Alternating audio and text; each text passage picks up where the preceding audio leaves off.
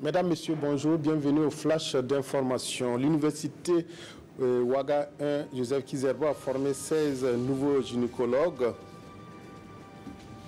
Voilà, quelques problèmes d'aliments. Nous allons parler donc de cette plénière qui s'est déroulée à l'Assemblée nationale. La situation de la méningite au Burkina a été évoquée hier à l'Assemblée nationale où les députés étaient réunis en plénière. La ministre de la Santé a répondu à une question orale sur la situation de la maladie au Burkina et la politique de riposte du gouvernement. Près de 100 cas de méningite ont été signalés dans le sud-ouest du Burkina, principalement ces dernières semaines. L'université Ouaga 1, Joseph Kizerbo, a formé 16 nouveaux docteurs spécialisés en gynécologie obstétricale. Ils constituent la 14e promotion de l'UFR-SDS de Ouaga 1 à empocher leur parchemin. Le professeur Jean Lankwande, gynécologue bien connu, a été choisi comme parrain de cette promotion qui comprenait 11 hommes et 5 femmes.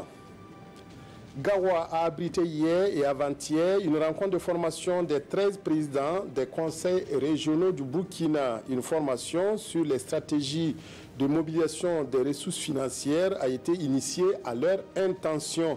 Elle a permis d'identifier les ressources mobilisables par les collectivités régionales, connaître le processus, les procédures et les canaux essentiels pour cette mobilisation. Le Fonds permanent pour le développement des collectivités territoriales ouvre ses portes à des hommes de médias. Pour mieux connaître ce fonds, une trentaine de journalistes participent à Bobo Dioulasso à une formation. Elle permettra pendant 2 jours de connaître les objectifs, missions et perspectives du fonds qui mobilise les ressources pour appuyer financièrement et techniquement les collectivités territoriales.